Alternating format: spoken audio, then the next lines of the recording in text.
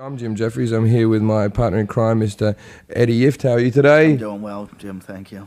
What's wrong? Nothing's wrong. I just found out though that my friend got married this weekend. Our friend. Our friend, a good friend of ours both, Mickey D. Terrible name. Mickey D. Michael Dwyer. He's one of these guys that really funny bloke, drunk.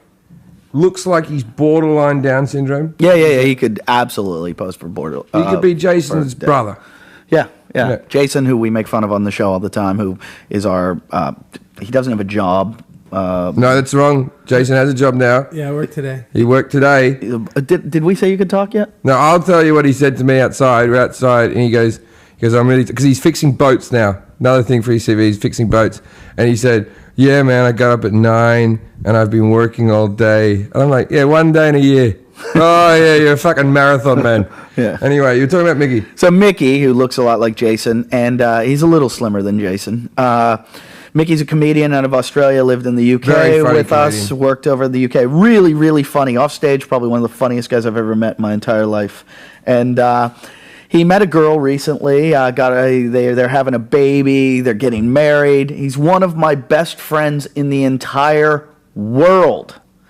And I find out this weekend that he got married. Yeah, you weren't invited because? Not invited. I have a feeling... I wasn't invited because I'm associated with you. I have a feeling that I wasn't invited because I think his wife doesn't like me. Well, see, this gets us onto a thing. I had my best childhood friend that I bullied for years and took him everywhere and all that type of stuff. And his name's Colin Barton. If you want to reach me, Colin, if you're listening to us, my heart's still open to you. But he started dating a girl who despised me, and that's the last I ever saw of him. Yeah. Because women are cunts. Women will literally destroy a man and take him and separate him from all of his friends. Yeah, and it's happened to me many times. I don't blame them so much because I've been at weddings where I've been even best man at a wedding where the bride has come up to me during the wedding and said, twice this has happened to me, Eddie, you've ruined my wedding. The first time it happened, I was in Connecticut. The wedding was on the water. I was best man, my buddy Joe Wojak. I'm at his wedding, and we get back from the wedding. We're at the reception, and me and this other guy, forget his name, funny dude, we go take these kayaks that we see down on the beach, and we take them out into the water in our tuxedos, and we start paddling around. And then he said, it wasn't even me, he goes, let's joust. So we start jousting with the oars, and the next thing you know, we both flip over in our tuxedos. His wife comes running down in her wedding gown to the beach and goes, what are you doing? We haven't even taken the pictures. So we have to take... Were they already married? They had just gotten married. It was time to take all the wedding photos, though. And I'm soaking wet, and so she was mad at that. And then another friend of mine, I went to his wedding, and before he got married, I pulled him aside to tell him not to marry her. I pull him aside because she was a horrible human being. You've done that with me with one-night stands in bars. Like that's to another level. You've done it. Don't go home with it, Jim. You're gonna get AIDS. So I pull him aside and I said, "Hey, how you feeling?" And he goes, "I'm okay. I'm okay." I go, "You nervous?" And he goes, "No, not really." And I go, I really. You sure about this? And he said, yeah. I said, because, I'm not trying to be funny here, but you can end this right now. And I said, you can get out of this. Just say the word. No one's going to hate you. And he's like, what are you getting at? And I said, I'm just saying, think about this, because she was such a horrible human being. He goes, we got married a week ago. This is just the ceremony. And I go, I was just fucking with you. Yeah, she's lovely. Enjoy the future. Yeah. Oh, yeah. Yeah. So I've had that twice, and I've lost friends from it. My brother was married for a month. One of my brothers was married for a month. Which brother? Scott, the middle one, the nut job one. The cop. No, not the cop, the other one. Okay. Yeah, the crazier one. And he was married for 1 month to a bird who was dumb as dog shit. Thick as but family money, and it was a big, huge wedding. And then he comes back from the honeymoon around America, and they go back to Australia, and she goes back to work, and she'd been back from work for like a week, and she comes back with a love bite on her neck. It turns out she'd been fucking some guy in the supply closet for years and years.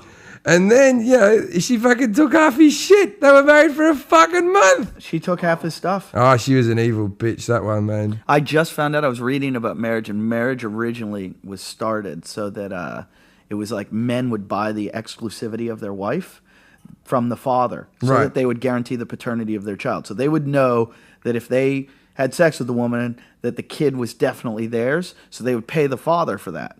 And so we went from basically women being prostitutes, where you would buy them from their father. Right, but this has got to be over 2,000 years ago, because marriage is in the Bible. Yeah. But it went from being that originally to now, when you break up, they get half of your stuff. When really what it should be, you sell them back to their father. My girlfriend said to me, she goes, I'd be happy to have a prenup, and she goes, I'll be happy to have one. The thing is, you've earned all this money and everything, and if we ever broke up or anything, I think that you should get all your stuff, and I wouldn't ask for anything afterwards. The only thing is, we'd have to have a thing in the prenup that if you cheated on me, then I would get half. And I'm like, then why are we even having a prenup? Like, that's going to be the reason. That's the only thing that's going to happen. Like, it's not going to be like, I can put up with misery for fucking years. How did she get half your brother's stuff if she cheated on you? Well, I don't know how it is in America, but in Australia, the courts see no guilt. They only decide on what's going to happen. They don't see right and wrong. Yeah, so because if she did something illegal, they're kind of like Jim. Well, the thing is, do you think you'll ever get married, Eddie? Part of me, I've always said I'm against marriage, but I almost feel like I have to, because I want to have kids someday. I feel like kids are like kissing the Blarney Stone. But this is what I reckon. You have to do it if you're in Ireland. You have to kiss the Blarney Stone. But what you don't know is that after work, the guys that work at the Blarney Stone piss all over it. And I feel like, but you have to do it. And I'm like, I'll have kids, but they're just going to piss all over me. That's what it's going to be. I think me and you should have kids, knock up some random girls, have the kids, and then we just live together, and they just assume that, both of us are gay, and we just carry on as we've always been. Stop looking at me. Yeah, I don't. Lindsay, you are not going to be the Lindsay, mother of my children. You're the type of person I'd let mother, because you're very organized. Yeah, she'd be a good mother. Yeah, you'd be a good mother. Getting to the point of motherhood. I want the kids to look like me, obviously, and have my sense of humor.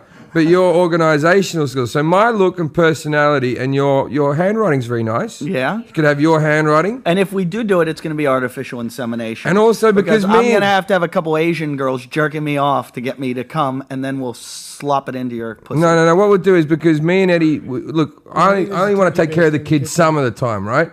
I don't want a kid full time. So how about we both father the one kid? Neither of us knows what it is. We both come in a cup and chuck it at Lindsay. I don't know. Is that how you get pregnant? I don't know. I think that's how you. No, she's gonna have to stand upside down on her hands, spread her legs, and then we'll just pour it in. You make me sound terrible. I wonder, Eddie. I wonder if mine and yours cum is actually like oil and water. Like it would actually separate in the cup. Like you'd know which one's which. I wouldn't even come in the toilet and not flush the toilet. I'd be afraid you'd scoop it out and put it inside you. Yeah.